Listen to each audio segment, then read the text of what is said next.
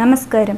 ആതുര സേവന രംഗത്ത് പ്രാഗൽഭ്യം തെളിയിച്ച വ്യക്തികളിലൂടെയും അവരുടെ സ്പെഷ്യാലിറ്റിയിലൂടെയും കടന്നു പോകുന്ന പ്രോഗ്രാമാണ് ആരോഗ്യജാലകം. ആരോഗ്യജാലകത്തിലേക്ക് എല്ലാ പ്രിയ പ്രേക്ഷകർക്കും സ്വാഗതം. ഇന്നത്തെ നമ്മുടെ അതിഥിയായി എത്തിയിരിക്കുന്നത് ധർമ്മഗിരി ആശുപത്രിയിലെ നേത്രരോഗ വിദഗ്ധനായ ഡോക്ടർ VR മണി അദ്ദേഹമാണ്. അദ്ദേഹത്തെയും നമുക്ക് ആരോഗ്യജാലകത്തിലേക്ക് സ്വാഗതം ചെയ്യാം. നമസ്കാരം സർ. നമസ്കാരം. ഇന്ന് നമുക്ക് ആദ്യമായി തന്നെ സാറിനെ വ്യക്തിപരമായി പരിചയപ്പെടാം. സാറിൻ്റെ പഠനവും പ്രൊഫഷൻ്റെ സ്റ്റാർട്ടിങ്ങും എല്ലാം എവിടെ വെച്ചായിരുന്നു? ഞാൻ MBBS പഠിച്ചത് കോഴിക്കോട് മെഡിക്കൽ കോളേജിൽ വെച്ചാണ്.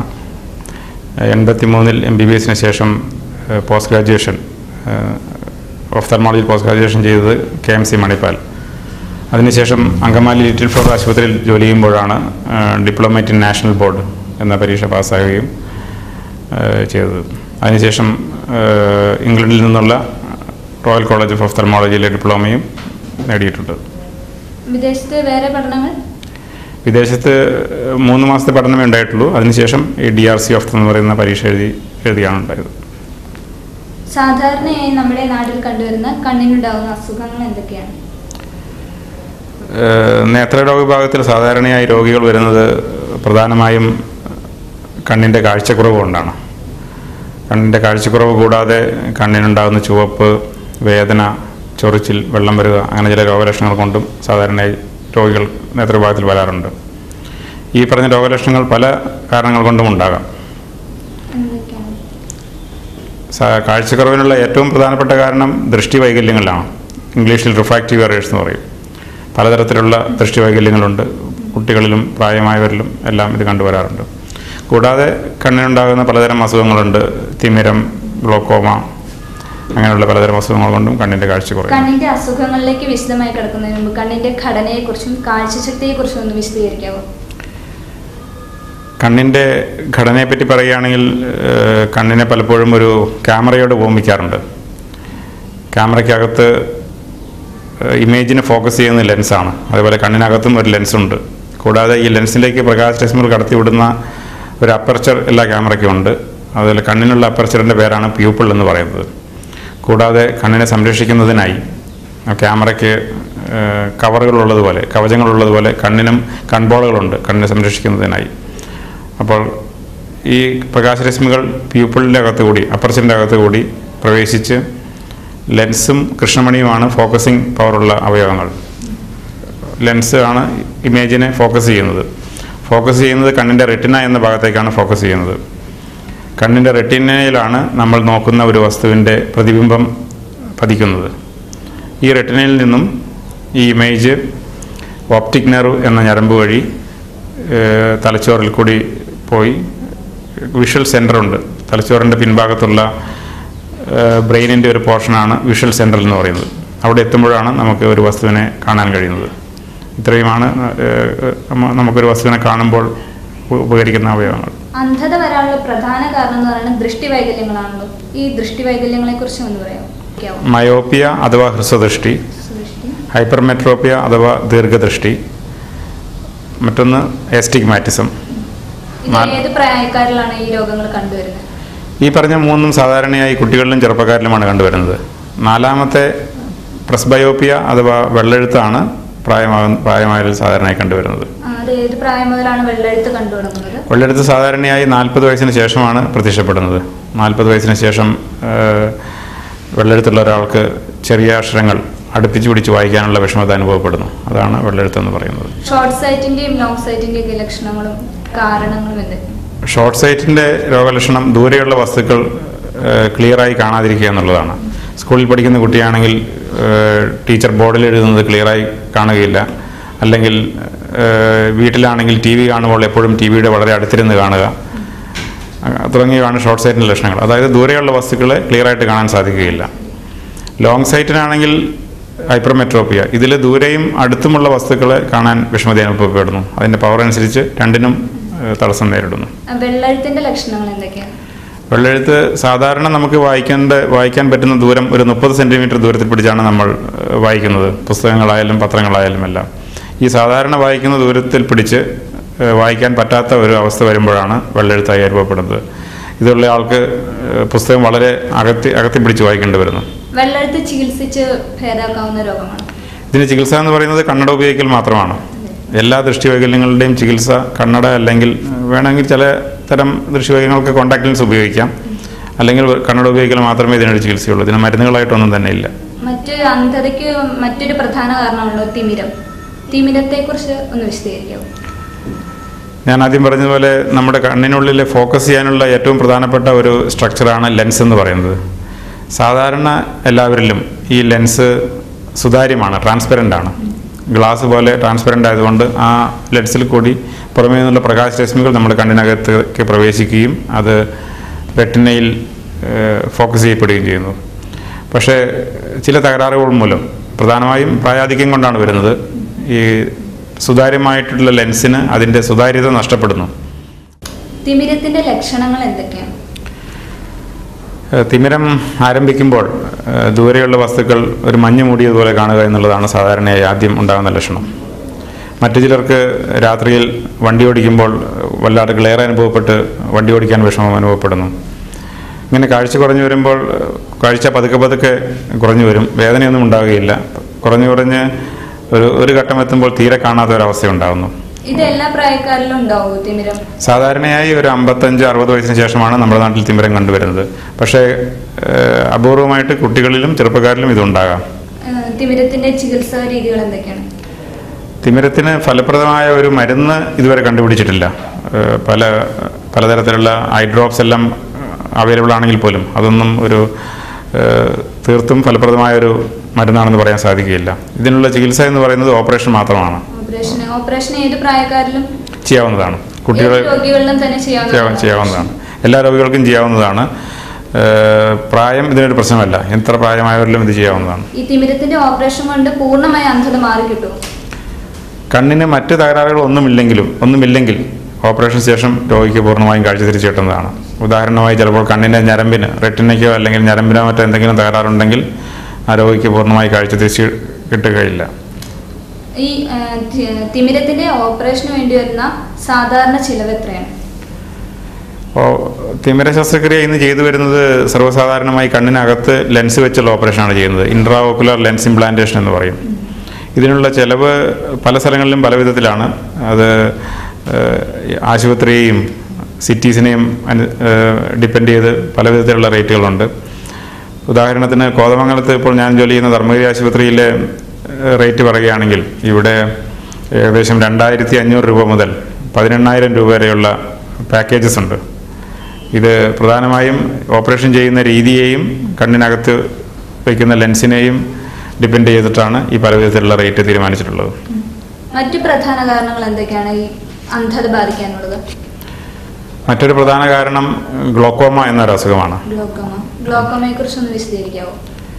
നമ്മുടെ ശരീരത്തിന് പ്രഷർ ഉണ്ടാകുന്നത് പോലെ കണ്ണിനും ഒരു നോർമലായിട്ടുള്ള പ്രഷറുണ്ട്. കണ്ണിനകത്തും ഒരു പ്രഷറുണ്ട്. ആ കണ്ണിൻ്റെ പ്രഷർ കൂടുമ്പോൾ, അതായത് ഇൻട്രാഓക്കുലർ പ്രഷർ എന്ന് പറയും. ഇൻട്രാഓക്കുലർ പ്രഷർ വളരെ കൂടുമ്പോൾ അത് കണ്ണിൻ്റെ നെർവ്സിനെ, കണ്ണിൻ്റെ ഞരമ്പുകളെ ബാധിച്ച് ആദ്യം രോഗിക്ക് വിഷ്വൽ ഫീൽഡ് കുറഞ്ഞു വരും. നമ്മൾക്ക് വിഷൻ എന്ന് പറഞ്ഞാൽ വിഷ്വൽ അക്വിറ്റി മാത്രമല്ല, വിഷ്വൽ ഫീൽഡും കൂടിയുണ്ട്. കുറേ ഭാഗം കൂടി കാണാൻ സാധിക്കും. ആ വിഷ്വൽ ഫീൽഡ് കുറഞ്ഞു വരികയും കാലക്രമേണ രോഗി അന്ധനായി തീരുകയും ചെയ്യുന്നു. അതിന്റെ പ്രധാന ലക്ഷണങ്ങൾ എന്തൊക്കെയാണ് ഗ്ലോക്കോമ വരുന്നതിന്റെ? ഗ്ലോക്കോമ പലതരത്തിലുണ്ട്. കുട്ടികളിലും പ്രായമായവരിലും ഉണ്ടാകാം. സാധാരണയായി പ്രായമായവരിലാണ് ഗ്ലോക്കോമ ഉണ്ടാകുന്നത്. അതിൽ ഒരു ടൈപ്പ്, സാധാരണ കാണുന്ന ഒരു ടൈപ്പ് ഗ്ലോക്കോമയുടെ പേര് ഓപ്പൺ ആംഗിൾ ഗ്ലോക്കോമ എന്ന് പറയും.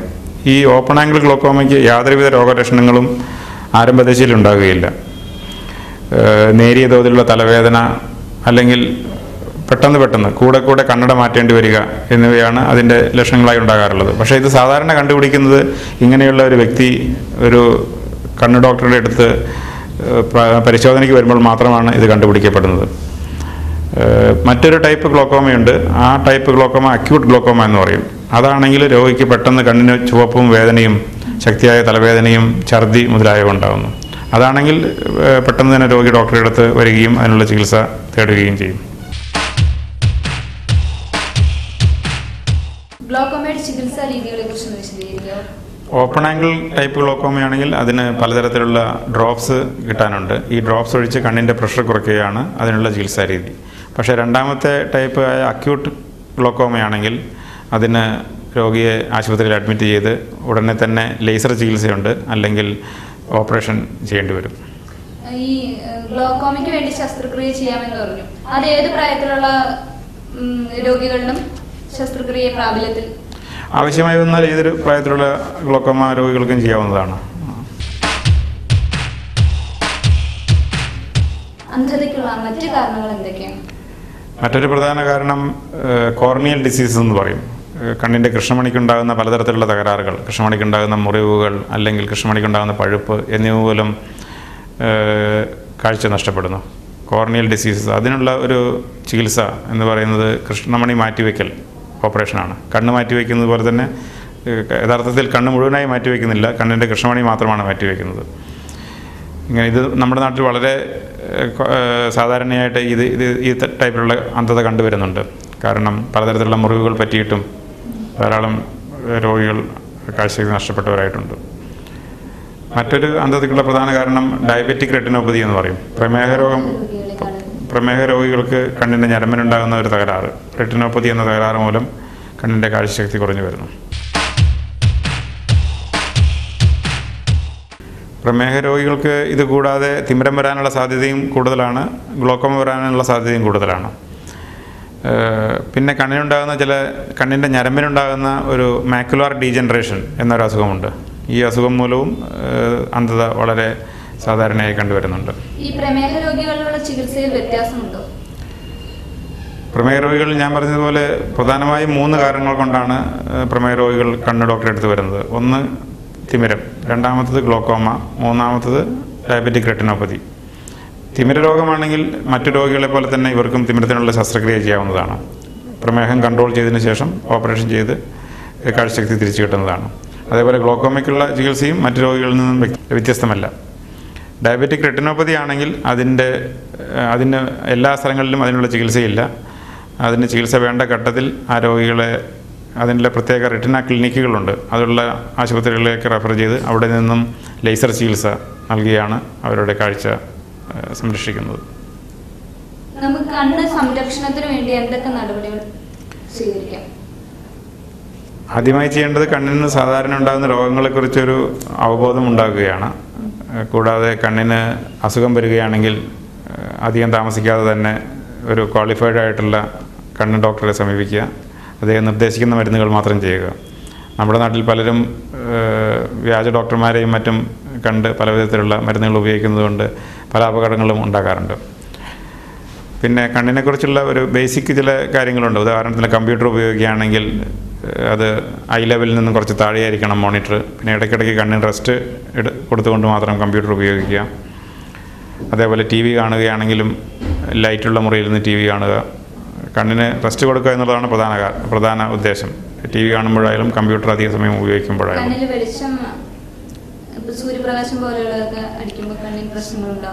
സൂര്യപ്രകാശത്തിലുള്ള അൾട്രാവയലറ്റ് രശ്മികൾ കണ്ണിന് വളരെ അപകടകരമാണ്. അതുകൊണ്ടാണ് സൂര്യനെ ഒരിക്കലും നേരിട്ട് നോക്കരുതെന്ന് പറയുന്നത്. ഈ അൾട്രാവയലറ്റ് രശ്മികളിൽ നിന്നും കണ്ണിനെ രക്ഷിക്കാൻ വേണ്ടിയാണ് പലതരത്തിലുള്ള കണ്ണടകൾ ലഭ്യമാണ്. UV ബ്ലോക്കിംഗ് ഗ്ലാസസ് ഉണ്ട്. അങ്ങനത്തെ ഗ്ലാസ് ഉപയോഗിക്കുന്നുണ്ട്. യാത്ര ചെയ്യുന്നവരിലും കണ്ണട വയ്ക്കുന്നത് നല്ലതാണ്. സൂര്യരശ്മികളുടെ മാത്രമല്ല, കണ്ണിൽ പൊടി പോകാതിരിക്കാനും കണ്ണിന് പല വിധത്തിലുള്ള അപകടങ്ങളും മറ്റും ഒഴിവാക്കാനും കണ്ണട ധരിക്കുന്നത് എപ്പോഴും നല്ലതാണ്. കണ്ണിനുള്ള ഏതൊക്കെ ശസ്ത്രക്രിയകളാണ് ഇവിടെ നടക്കുന്നത്? ഇവിടെ ഏറ്റവും അധികം ചെയ്യുന്നത് തിമിരത്തിനുള്ള ഓപ്പറേഷനാണ്. കൂടാതെ ഗ്ലോക്കോമ, കോങ്കണ്ണ് മുതലായിട്ടുള്ള ശസ്ത്രക്രിയകളും ഇവിടെ ചെയ്തു വരുന്നുണ്ട്. ഇങ്ങനെയുള്ള രോഗികളെ സാർ എങ്ങനെയാണ് സെലക്ട് ചെയ്യുന്നത്? അധികം രോഗികളും ഞങ്ങളുടെ നേത്ര വിഭാഗത്തിൽ OPയിൽ നേരിട്ട് വരുന്ന രോഗികളാണ്. കൂടാതെ ഞങ്ങൾ പുറമെ ക്യാമ്പുകൾ സംഘടിപ്പിക്കാറുണ്ട്. നേത്ര ചികിത്സാ ക്യാമ്പുകൾ പല സ്ഥലങ്ങളിലും സംഘടിപ്പിക്കുന്നുണ്ട്. അവിടെ നിന്നും രോഗികളെ സെലക്ട് ചെയ്ത് ആശുപത്രിയിലേക്ക് വിളിച്ച് ഓപ്പറേഷൻ ചെയ്ത് കൊടുക്കാറുണ്ട്. തിമിരത്തിന്റെ ഓപ്പറേഷന്റെ കാര്യം പറഞ്ഞു. അതിനു മുന്നേ രോഗി സ്വീകരിക്കേണ്ട അതിന് പ്രിസ്ക്രിപ്ഷൻസ് എന്തൊക്കെയാണ് ഓപ്പറേഷൻ ചെയ്യാൻ വേണ്ടിയിട്ട്? ഓപ്പറേഷന് വേണ്ടി ഞങ്ങൾ രോഗിയെ തീരുമാനിച്ചു കഴിഞ്ഞാൽ, ഒരു ഡേറ്റ് കൊടുത്തു കഴിഞ്ഞാൽ, ആ രോഗിയെ ആശുപത്രിയിൽ ഒരു ദിവസം അഡ്മിറ്റ് ചെയ്യും. എന്നിട്ട് അതിനു മുമ്പായിട്ട് ബ്ലഡ് ഷുഗർ, അതേപോലെ ബ്ലഡ് പ്രഷർ തുടങ്ങിയ രോഗങ്ങളുണ്ടോ എന്നറിയാനുമായി ചില റുട്ടീൻ ബ്ലഡ് ടെസ്റ്റുകളുണ്ട്. അതേപോലെ റുട്ടീനായിട്ടുള്ള ഒരു മെഡിക്കൽ ചെക്കപ്പും കഴിഞ്ഞതിന് ശേഷമാണ് രോഗിയെ അഡ്മിറ്റ് ചെയ്യുന്നത്. രോഗിയെ അഡ്മിറ്റ് ചെയ്തതിന് ശേഷം ഓപ്പറേഷൻ ദിവസം രാവിലെ മുഖവും കണ്ണുകളെല്ലാം കഴുകി വൃത്തിയാക്കി ചില ഐ ഡ്രോപ്സ് ഒഴിച്ചതിന് ശേഷമാണ് ഓപ്പറേഷൻ തിയേറ്ററിലേക്ക് കൊണ്ടുപോവുക. ഓപ്പറേഷന് മുമ്പും അതിനുശേഷവും രോഗിക്ക് സാധാരണ പോലെ ഭക്ഷണം കഴിക്കാവുന്നതാണ്. ഓപ്പറേഷന് ശേഷവും സാധാരണ പോലെ എഴുന്നേറ്റ് നടക്കാവുന്നതൊക്കെയാണ്. മറ്റ് ശസ്ത്രക്രിയകൾ സാർ പറഞ്ഞല്ലോ, കോങ്കണ്ട് പോലെയുള്ളത്, അതിൻ്റെയൊക്കെ ചിലവ് എങ്ങനെയാണ്? കോങ്കണ്ണിന് സാധാരണയായിട്ട് ഞങ്ങളുടെ ആശുപത്രിയിൽ ഏകദേശം ഒരു 3000 മുതൽ 5000 രൂപ വരെയാണ് അതിൻ്റെ ചിലവ് വരാറുള്ളത്. കൂടാതെ ഞങ്ങൾ തിമിരത്തിനുള്ള ഓപ്പറേഷൻ ആയാലും എന്ത് ഓപ്പറേഷൻ ആയാലും പാവപ്പെട്ട രോഗികളാണെങ്കിൽ, ഓപ്പറേഷന് വേണ്ടി കാശ് മുടക്കാൻ കഴിയാത്തവരാണെങ്കിൽ അവർക്ക് വേണ്ട റിഡക്ഷൻ ചെയ്ത് കൊടുത്ത് ഈ ഹോസ്പിറ്റലിൽ വെച്ച് തന്നെയാണോ? ഈ ഹോസ്പിറ്റലിൽ വെച്ച് തന്നെയാണ്. അങ്ങനെയുള്ള റിഡക്ഷൻ സബ്സിഡൈസ്ഡ് റേറ്റ് ഉണ്ട്, അങ്ങനെയും ഓപ്പറേഷൻ ചെയ്ത് കൊടുക്കാറുണ്ട്. സാധാരണ ഈ കുട്ടികളിൽ കണ്ടുവരുന്ന രോഗങ്ങൾ എന്തൊക്കെയാണ് കണ്ണിന്? കുട്ടികളിൽ ഞാൻ ആദ്യം പറഞ്ഞ പോലെ ഏറ്റവും കൂടുതൽ കണ്ടുവരുന്ന ദൃഷ്ടിവൈകല്യങ്ങളാണ്. ഷോർട്ട് സൈറ്റ്, എസ്റ്റിഗ്മാറ്റിസം തുടങ്ങിയവയാണ്. അതുകൂടാതെ കണ്ണിന് കുരു ഉണ്ടാകുക, അല്ലെങ്കിൽ കണ്ണിന് ചുവപ്പ്. കാരണം കുട്ടികളെപ്പോഴും കണ്ണ് തിരുമ്മിക്കൊണ്ടിരിക്കും. അങ്ങനെയുള്ള കുട്ടികൾക്ക് പലതരത്തിലുള്ള അലർജി മൂലവും മറ്റും കണ്ണിന് ഇൻഫെക്ഷൻ വരാനുള്ള സാധ്യത വളരെ കൂടുതലാണ്. ഇതുകൂടാതെ മറ്റ് പ്രായമായവരിലുണ്ടാകുന്ന പോലെയുള്ള തിമിരം, ഗ്ലോക്കോമ, കൃഷ്ണമണിക്കുണ്ടാകുന്ന തകരാറുകൾ തുടങ്ങിയവയും കുട്ടികളിലുണ്ടാകാൻ സാധ്യതയുണ്ട്. കുട്ടികളെ എങ്ങനെയാണ് കണ്ണ് സംരക്ഷിക്കാനായിട്ട് നമുക്ക്? വീടുകളിലാണെങ്കിൽ മാതാപിതാക്കൾ ശ്രദ്ധിക്കേണ്ടത് കുട്ടികൾ നല്ല ലൈറ്റിലിരുന്ന് വായിക്കുക, എപ്പോഴും ഇരുന്ന് തന്നെ വായിക്കാൻ പഠിപ്പിക്കുക, കിടന്ന് വായിക്കരുത്. ടി വി കാണുമ്പോൾ നല്ല ലൈറ്റുള്ള മുറിയിൽ ചുരുങ്ങിയതൊരു 3 മീറ്റർ ദൂരെയെങ്കിലും ഇരുന്ന് ടി വി കാണാനേ സമ്മതിക്കാവൂ. വായിക്കുമ്പോഴാണെങ്കിലും പുസ്തകം അല്പം ദൂരെ പിടിച്ച്, വളരെ അടുപ്പിച്ച് പിടിക്കാതെ അല്പം ദൂരെ പിടിച്ച്, ഏകദേശം 30 സെൻറ്റിമീറ്റർ ദൂരെ പിടിച്ച് വായിക്കുവാൻ പറയണം. കൂടാതെ കളിക്കുമ്പോഴാണെങ്കിൽ മുനയുള്ള വസ്തുക്കൾ, വളരെ ഷാർപ്പ് എഡ്ജസ് ഉള്ള കളിക്കോപ്പുകൾ കൊണ്ട് കളിക്കാൻ കുട്ടികളെ അനുവദിക്കരുത്. ഇതേപോലെ ഷാർപ്പ് എഡ്ജസ് കൊണ്ട് കണ്ണിന് മുറിവ് പറ്റുവാനുള്ള സാധ്യത വളരെ കൂടുതലാണ്. പിന്നെ കണ്ണ് സംരക്ഷിക്കേണ്ടത് എങ്ങനെയാണെന്ന് വെച്ചാൽ, എപ്പോഴും ചിലപ്പോൾ പറയില്ല കണ്ണ് എപ്പോഴും നല്ലോണം പച്ചവെള്ളത്തിൽ കഴുകണം, അങ്ങനെയൊക്കെ പറയില്ലേ? അതിൻ്റെ ആവശ്യമില്ല. കണ്ണങ്ങനെ എപ്പോഴും കഴുകുന്നത് ഒരു കണക്കിന് നല്ലതല്ല. കണ്ണ് കഴുകുമ്പോൾ എപ്പോഴും വളരെ സ്റ്റെറൈലായിട്ടുള്ള ഡിസ്റ്റിൽ വാട്ടർ കൊണ്ടേ കഴുകാവൂ. അങ്ങനത്തെ വെള്ളം നമുക്ക് ലഭ്യമല്ലാത്തതുകൊണ്ട് കണ്ണ് അങ്ങനെ എപ്പോഴും കഴുകേണ്ട ആവശ്യവുമില്ല.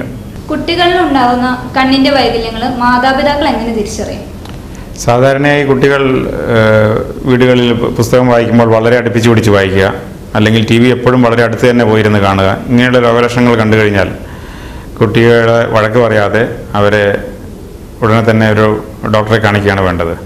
കാരണം ഇത് ചിലപ്പോൾ കുട്ടികളൊരു ഹാബിറ്റായി ചെയ്യുന്നതായിരിക്കാം, ചിലപ്പോൾ അധിക വർഷവും ദൃഷ്ടിവൈകല്യങ്ങൾ കൊണ്ടും ഇങ്ങനെ ഉണ്ടാകാറുണ്ട്. അതുകൊണ്ട് ഡോക്ടറെ കാണിച്ചാൽ മാത്രമേ കുട്ടികളുടെ കണ്ണിന് എന്തെങ്കിലും തകരാറുണ്ടോ എന്ന് അറിയാൻ സാധിക്കുകയുള്ളൂ. കണ്ണിൽ എന്തെങ്കിലും പ്രാണി പോലുള്ള, പ്രത്യേകിച്ച് കുട്ടികളുടെ കാര്യത്തിലാണ് അങ്ങനെയൊക്കെ സംഭവിക്കുന്നത്, അങ്ങനെയൊക്കെ പോയാൽ ആദ്യമായിട്ട് പ്രാഥമിക ചികിത്സയായിട്ട് നമുക്ക് എന്താണ് ആദ്യം ചെയ്യാൻ? കണ്ണിൽ പ്രാണിയോ അല്ലെങ്കിൽ ചെറിയ പൊടിയോ മറ്റോ പോയി കഴിഞ്ഞാൽ ആദ്യം ചെയ്യേണ്ടത് വൃത്തിയുള്ള വെള്ളത്തിൽ കഴുകി നോക്കുകയാണ്. കഴുകിയിട്ടും പോകുന്നില്ലെങ്കിൽ, കണ്ണിൻ്റെ കൃഷ്ണമണിയിലാണ് അത് തറച്ചിരിക്കുന്നതെങ്കിൽ അത് എടുക്കാൻ ശ്രമിക്കരുത്. പക്ഷേ വെള്ളഭാഗത്താണെങ്കിൽ ഒരു വൃത്തിയുള്ള തുണിയുണ്ട്, അത് പതുക്കെ റബ്ബ് ചെയ്ത് കളയാവുന്നതാണ്. കണ്ണിൻ്റെ അകത്ത് മുറിവുകളൊക്കെ ഉണ്ടാകുമ്പോഴോ? മുറിവുണ്ടാകുമ്പോൾ 2 തരത്തിലുള്ള മുറിവുകൾ കണ്ണിന് സംഭവിക്കാറുണ്ട്. ഒന്ന് ഓപ്പൺ ഇഞ്ചറി, അല്ലെങ്കിൽ മറ്റൊന്ന് ക്ലോസ്ഡ് ഇഞ്ചറി. അതായത് പെൻട്രേറ്റിംഗ് ഇഞ്ചറി എന്ന് പറയും. ഒരു ഷാർപ്പായിട്ടുള്ള, ഉദാഹരണത്തിന് പെൻസിലിൻ്റെ മുന അല്ലെങ്കിൽ കത്തി മുതലായവ കൊണ്ട് കണ്ണിൻ്റെ ഉള്ളിലേക്ക് കൊണ്ട് കയറുകയാണെങ്കിൽ അത് പെനട്രേറ്റിംഗ് ഇഞ്ചറിയാണ്, ഓപ്പൺ ഇഞ്ചറിയാണ്. അത് വളരെ ഗൗരവമുള്ള ഒരു സ്ഥിതിവിശേഷമാണ്. അത് ശരിക്കൊരു എമർജൻസി കണ്ടീഷനാണ്. അങ്ങനെ കണ്ണിനകത്തേക്ക് തുളച്ച് കയറി കഴിഞ്ഞാൽ ആ രോഗിയെ അല്ലെങ്കിൽ ആ കുട്ടിയെ ഉടനെ തന്നെ ആശുപത്രിയിൽ കാണിച്ച് ഓപ്പറേഷന് വിധേയനാക്കേണ്ടി വരും. ക്ലോസ്ഡ് ഇഞ്ചറി എന്ന് പറഞ്ഞാൽ ചതവ് പറ്റുക എന്ന് പറയും. ഉദാഹരണത്തിന് ക്രിക്കറ്റിൻ്റെ ബോൾ കൊള്ളുക, അല്ലെങ്കിൽ കൈ കൊണ്ടുള്ള ഇടി മുതലായവ പറ്റിക്കഴിഞ്ഞാൽ കണ്ണിനകത്തേക്കൊന്നും തറച്ച് കയറുന്നില്ല, പക്ഷേ കണ്ണിന് ചതവ് പറ്റുക മാത്രമേ ചെയ്യുന്നുള്ളൂ. ഇത് മറ്റതിനെ അപേക്ഷിച്ച് അത്രയ്ക്ക് എമർജൻസി അല്ല, എങ്കിൽ കൂടി ഒരു ഡോക്ടറെ കാണിച്ച് കണ്ണിൻ്റെ ഞരമ്പുകൾക്കോ മറ്റെന്തെങ്കിലും തകരാറ് സംഭവിച്ചിട്ടുണ്ടോ എന്ന് പരിശോധിച്ചിരിക്കേണ്ടതാണ്. ആരോഗ്യജാലകത്തിന്റെ സമയം ഇവിടെ അവസാനിക്കുകയാണ്. ഇത്രയും സമയം, സാറിന്റെ വിലപ്പെട്ട സമയം GTV പ്രേക്ഷകർക്ക് വേണ്ടി ചിലവഴിച്ചതിന് നന്ദി അറിയിക്കുന്നു. അതോടൊപ്പം വീണ്ടും ഇതുപോലുള്ള പരിപാടിയിലേക്ക് സാറിന്റെ സഹകരണങ്ങളും പ്രതീക്ഷിച്ചുകൊള്ളുന്നു. വിവിധ നേത്രരോഗങ്ങളെക്കുറിച്ച് GTVയിലൂടെ പ്രേക്ഷകരോട് സംസാരിക്കാൻ കഴിഞ്ഞാൽ അതിയായ സന്തോഷമുണ്ട്. GTVക്കും പ്രേക്ഷകർക്കും നന്ദി. നമസ്കാരം.